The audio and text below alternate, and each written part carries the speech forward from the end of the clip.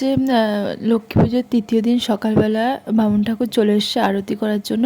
আর ওই ঘটের সুতোগুলো নাড়িয়ে দেওয়ার জন্য, ঘরটা নাড়িয়ে দেওয়ার জন্য, যেহেতু আজকে লাস্ট দিন সবারকার একটু মন খারাপও লাগছিল। আর এখানে বামুন ঠাকুর ওই থালার ওপর ধান দুব্ব আর হলুদ জল গুলে ঠাকুরের মুখটা দেখতে বলছে যে সোজা সোজা আসছে কিনা।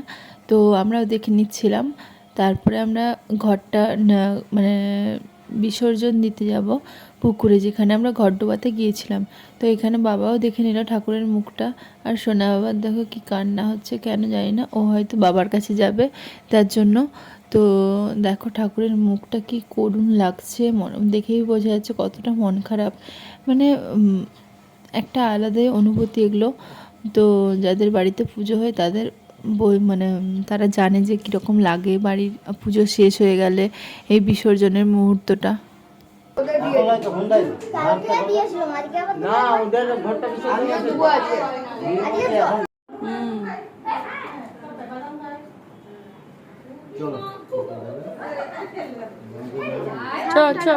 শাক লাগবে না, শাক লাগবে না তো দাদু। এইবারে তো ভাসান মানে কি, হ্যাঁ চলো চলো, হ্যাঁ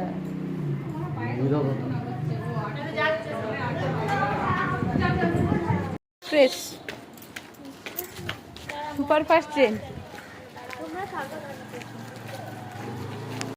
এই তো আমরা এখানে পৌঁছেও গেছি। আর বামন দাদু হচ্ছে কি ঘরটা ডুবিয়ে শান্তির জলের জন্য ঘরটা ভরে নিল।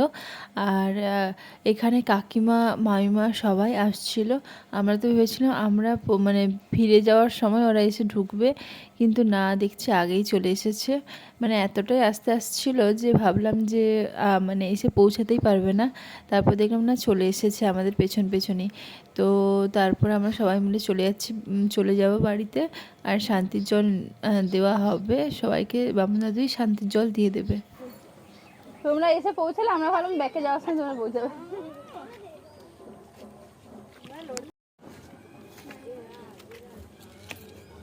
চলো শাক আনা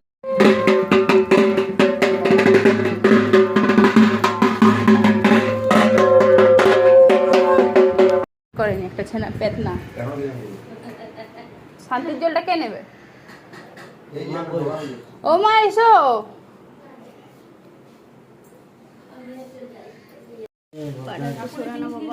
মানতে হয় সব।